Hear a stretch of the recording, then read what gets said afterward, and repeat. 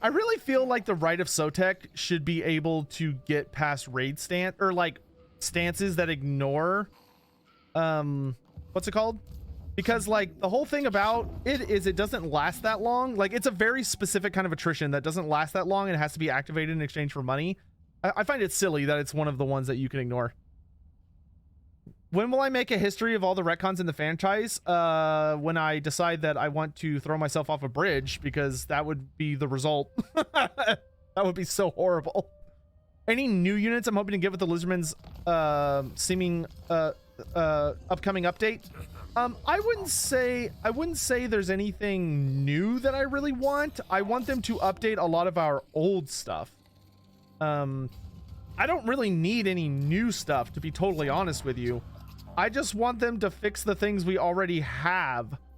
Like, you know, sure, it's cool and all getting new toys, but instead of new things, I would much rather them come out and be like, hey, look, here's some updated Saurus minis. Here's some updated Saurus Cold One Rider minis. Like, that would make me way fucking happier than actual new units. I don't need new units. I need refreshed units. But based on the images that they've revealed, it looks like we're 100% getting a new... Oh, underway interception. Nice. Yeah, that's fine. It looks like we are getting a... It looks like we're definitely getting a updated Slon miniature, and we're getting an updated Saurus Warrior miniature from what I've seen so far. There also looks to be some kind of there also looks to be something else. All right, we've got 10 turns till everything goes crazy. Yeah, I'd like to start speccing you to hit people hard. We're gonna need more magic items, better troops. We can also drop combine a few units here.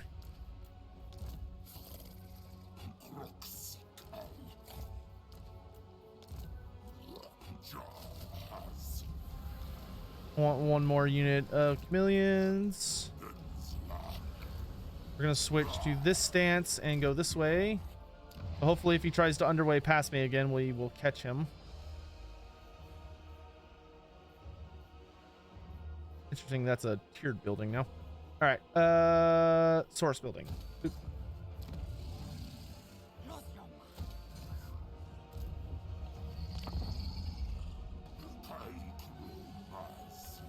Yeah, oh yeah, what's the bird runner guy? I don't know if it's a bird, but if it is a bird, it's probably like a modern Colchin rider. Like it looks like an actual dinosaur because you can see it doesn't seem to have feathers. Here, let me pull up the image on screen. Like if anything, I almost think it's like horned one riders, like from the old Southlands thing. Oops, wrong one. Because like, look at this. So like it doesn't seem to have any feathers whatsoever. It looks very like scaly. Like you can actually see all the scales. The only place where there seems to be anything like feathers is right up here, but I almost think that's more like a frill. Not like this almost seems more like a frill or like something coming off the front of it, but it doesn't look like feathers to me. It looks very like spiky or skin like. But like it doesn't look like any kind of bird. You can see like there's some gold here, there's some gold here. It looks like a skink rider, I think. But the only thing that makes me think it might not be a skink is this spike right here, because the spikes look more like a Saurus shield than a skink shield, but I'm still leaning towards it being a skink. But it could be a Saurus. I feel like a Saurus would be a little thicker looking maybe, but it looks like some kind of bipedal lizard mount. But it doesn't look super big. Like it looks like cavalry sized. So I'm thinking it's like a skink horned one rider or something like that. But it's probably a new dinosaur. Like it's probably a brand new dinosaur.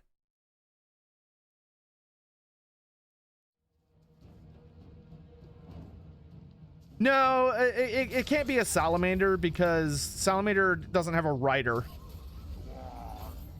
So, like, my God, I would be so happy to get new salamander or Razordon minis. They are so old. I mean, a lot of the Lizardman minis are very old.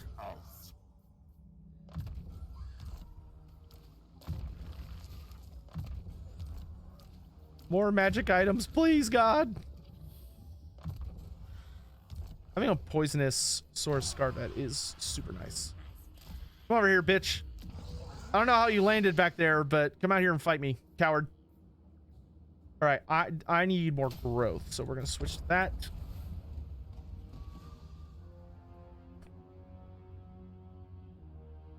Begoth, you want a lore story on Flayerkin? Oh, gee, Flayerkin.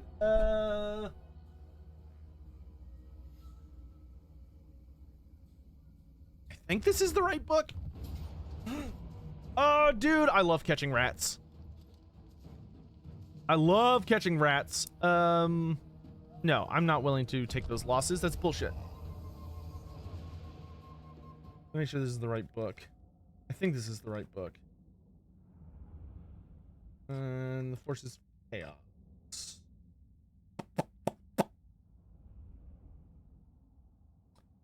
Plague Riders, Change Bringers. Oh, that's Bellacor's army list. Okay. Oh yeah, Flayerkin. Nice.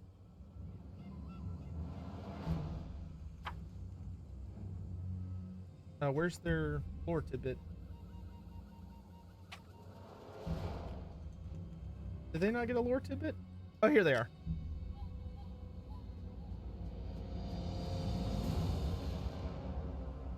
All right, here. Let me do this lore story real quick. Unfortunately, it's not very long. So, like if you want your points back, it's not a big deal. Okay, so Flayerkin. Flayerkin showed up very briefly in the Storm of Chaos expansion, which was a lot of fun. It was a really good time. It was the first attempt at the end times that got retconned out, unfortunately. But the Flayerkin were a unit exclusive to this that unfortunately did not get used afterwards, though Flayerkin did show up rather prominently as an enemy type in Warhammer Online Age of Reckoning. You could encounter quite a few Flayerkin in that game. So they actually got a lot of love in that game. This says Flayerkin. These are mutants created or crafted from a fusion of Chaos Marauder, Skaven, and Hellforged Iron. They use long, sharp claws grafted onto their wrist stumps to behead their foes and scale castle walls with equal ease. The chains fused to their spines ensure that even if they are killed while climbing up a battlement, their comrades can scale the walls using the trail of their dangling corpses. So Flayerkin were essentially so they were humans that the Skaven the Skaven of Clan Molder used to enhance. And what the Skaven did to them is they chopped off their hands at the wrist and would put spikes or mauls and stuff, very pointy things attached onto the end of their wrists. Laminated guy, have a good night, dude. Thanks so much for coming by. So they would put claws or some kind of digging apparatus into their hands, and then they would also install chains onto their spines. So they would hook chains all the way down their spines, and what it would do is that the Flayerkin would be unleashed to just climb. They would be unleashed as an early horde to attack the walls, and they would run up and start impaling the walls and climbing their way up. And if they got killed, it wasn't a big deal because their corpses would just hang from the walls, and the chains out of their spines would give the next wave something to grab onto and pull themselves up. So kind of in a funny way, they're basically a human-sized Chaos Siege giant, basically. But they were really sad, super fucked up humans. They were basically just people that were failed or undesirable marauders that were handed over to the Skaven essentially as punishment, which is pretty fucking brutal. But they do show up as a more kind of They do show up as a fairly common enemy in Warhammer Online Age of Reckoning, especially if you do the dungeons inside of the capital. There you can encounter quite a few of them.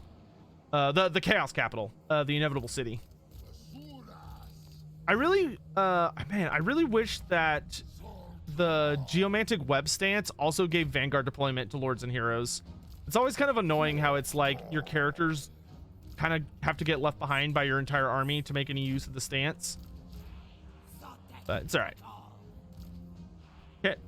Can't always be perfect. And once they have mounts, it's not a big deal.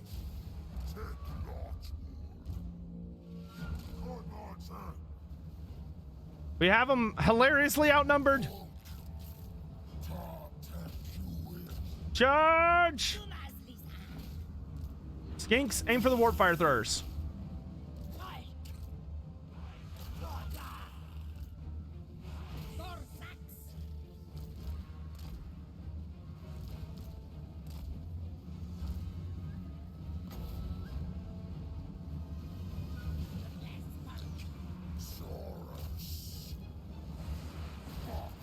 No, that first wave is gonna hurt so bad. Hopefully the skinks. Oh, okay, they're at least falling back, so that's nice.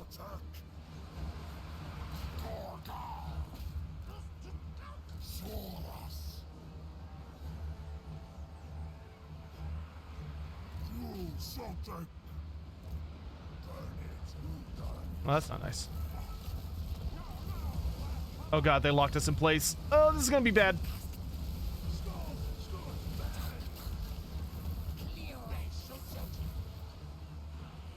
Yeah, the Chameleon Skinks are doing a great job.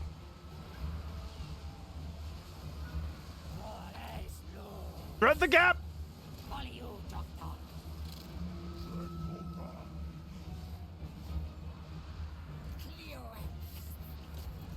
Yeah, there we go. Okay, they're out of here. You chase them down. Warp grinders! Target the warp grinders!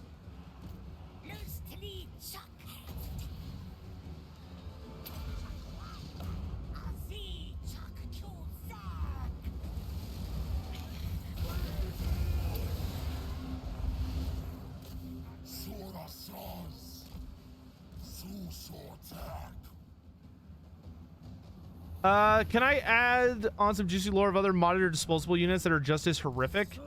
Well, so funny enough, the Flare can actually have like a special character version, which is of course Gorich. Gorich, the Rat Ogre character for the legendary hero for Clan Mulder, who is of course literally just he was a Chaos Champion of Khorne. He was more like a Marauder champion.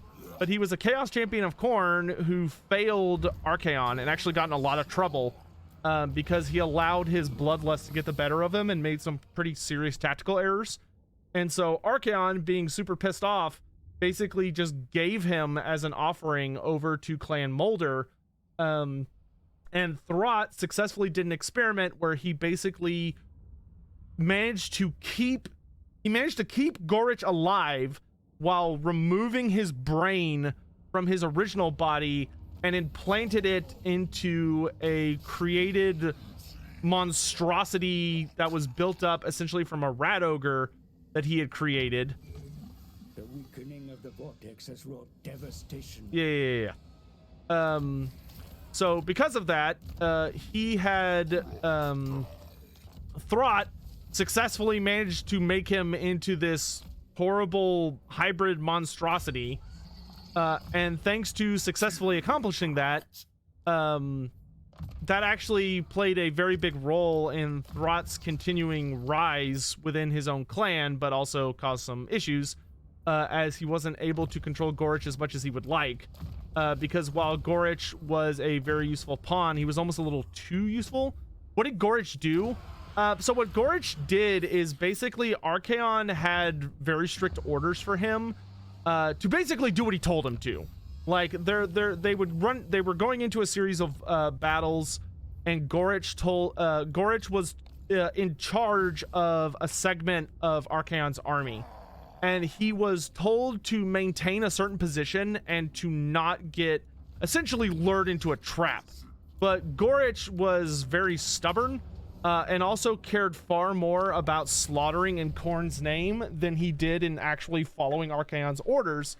So instead of holding his position like he was supposed to, he ended up charging out and leading his army to chase after, I want to say it was, I believe they were fighting the forces of Kislev, and he went, Gorich basically led like a massive contingent of Archaon's army into chasing some like winged lancers, and they ran out and basically got into a big fight, but ended up it was like a pretty obvious trap, but Khornates tend to fall for traps because they usually don't care.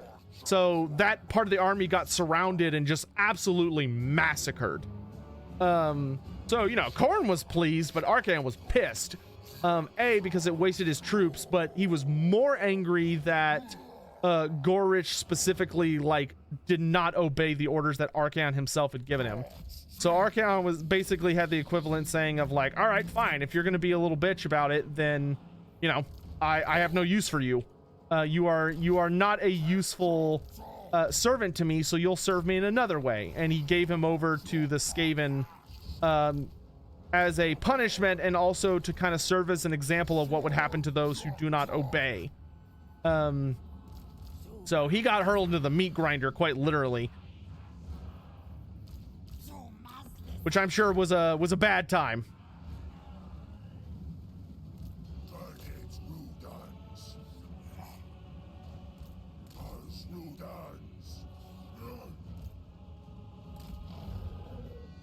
Have I ever visited Games Workshop headquarters? No, I would like to one day, like Warhammer World and stuff, but no, I've never been there myself.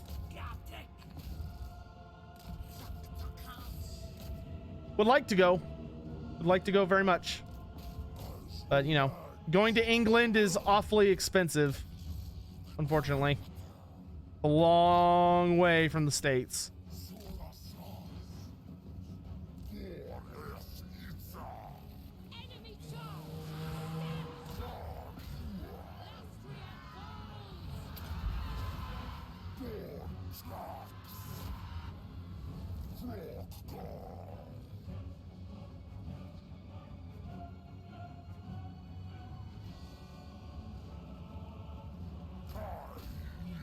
Here, ladies. Gather up on old Kroq-Gar.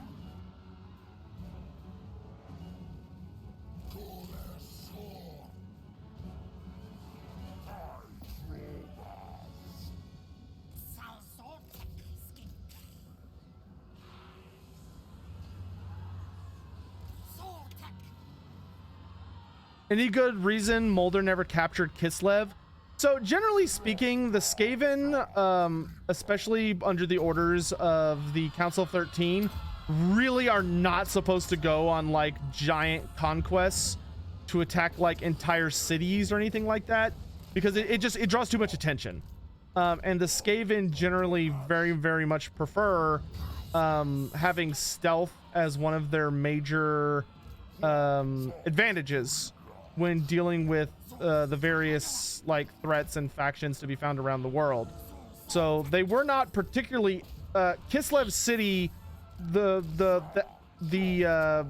what do you however you want to say, like the risk reward of like taking the city versus you know, remaining undetected was just not really in favor when it came to taking the city. Also, the main thing is that Kislev City is actually a lot further away than it maybe looks from it is considerably further away than it looks from Kislev City than it appears like in Total War. Like it's a long way to get from one of those places to the other. So, you know, that plays a pretty significant role in that particular little relationship.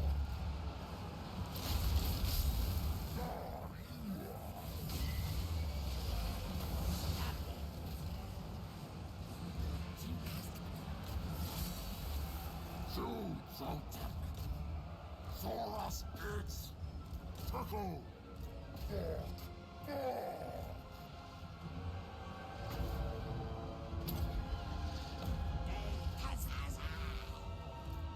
It's Sotek.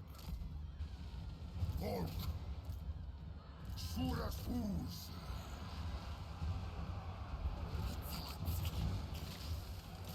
Vortex. Astra.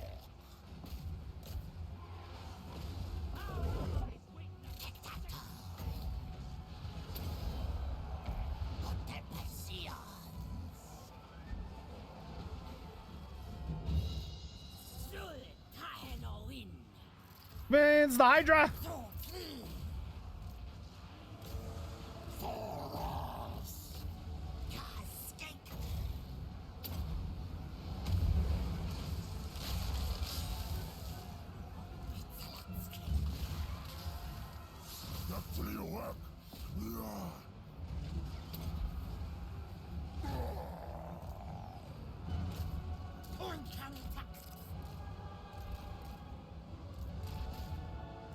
Solar step.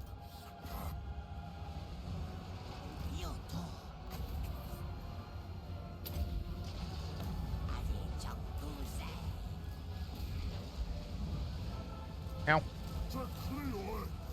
Fire hurts.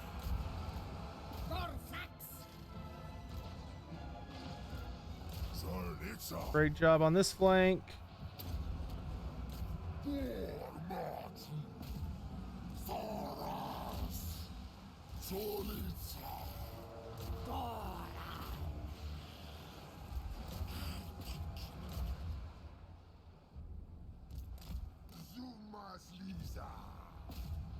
Let's shut down those bolters, boys.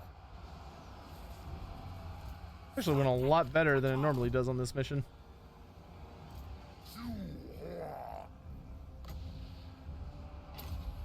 Oh, they're too far away.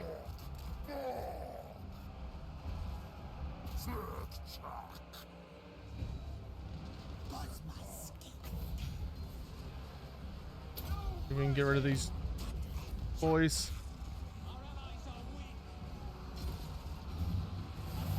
Boom! Good.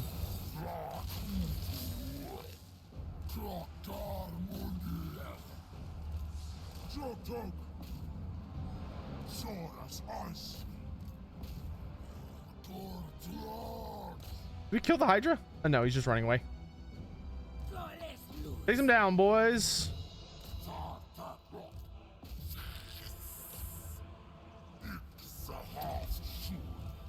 Okay, we got the Dreadlord under control. All right, let's go. Was Gore stronger as a human? No.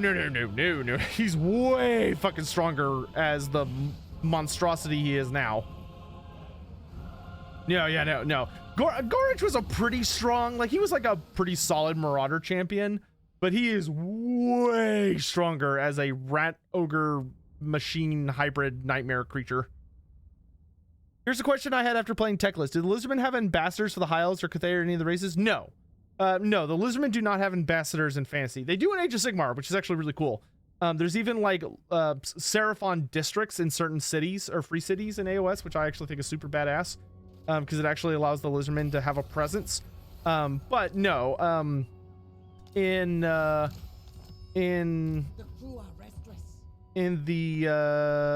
brain fart. In Warhammer Fantasy, the Lizardmen are very insular. They virtually never, like under any circumstances, tend to reach out or speak with the other races. They like to just do their own thing. And they will often just sort of appear places.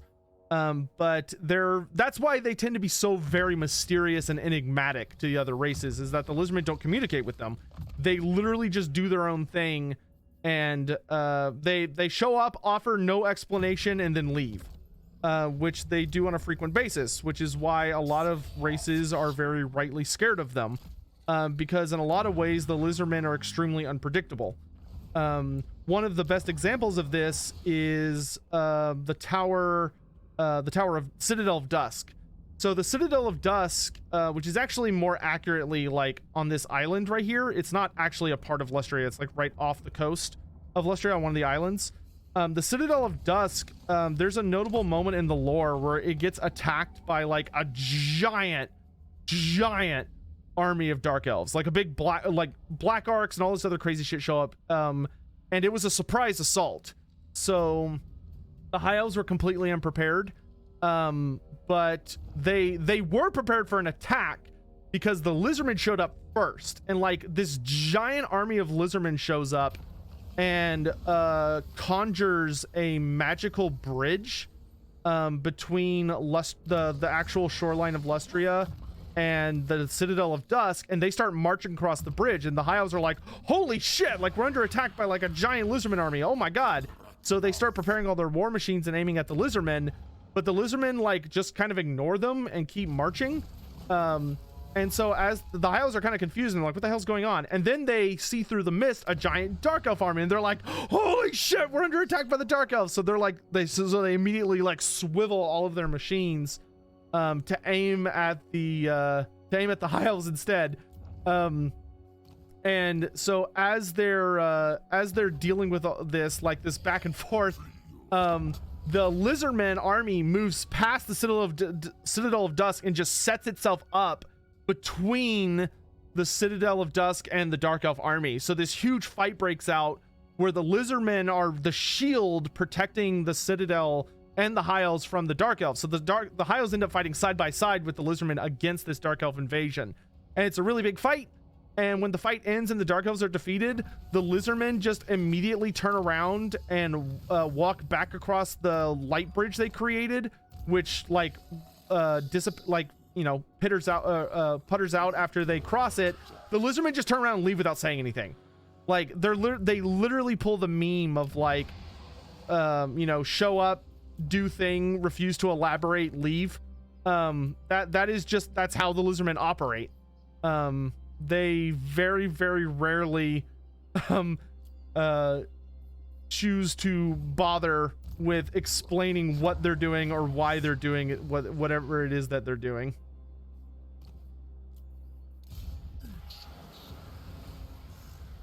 Which oftentimes causes pretty notable tension between them and other races.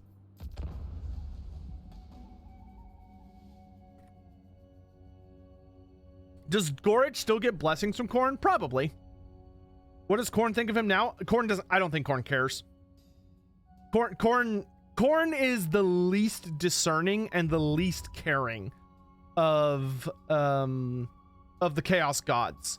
Like a lot of, the other three tend to care significantly more about like the whys and hows and everything of what you're doing. Khorne does not give a damn about whatever's going on, as long as you are accomplishing violence and killing people, and you're doing it by whatever means you have, as long as it's not magic. As long as you're not using magic, he's like, whatever, I don't give a shit.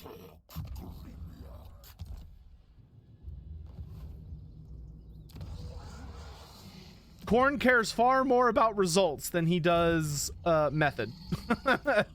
With the exception of magic. If you're using magic, then he's like, you're a freaking nerd, and he doesn't want to be associated with nerds. He's very judgmental against the nerd community.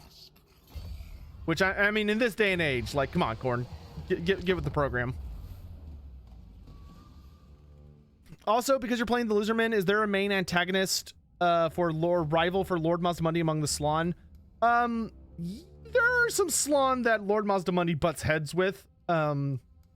Probably the number one Slann who like has relatively equal authority to Mazdamundi, but Mazdamundi like historically has disagreed with him a number of times, would be Lord Quex or Lord Kex, depending on how you want to pronounce it.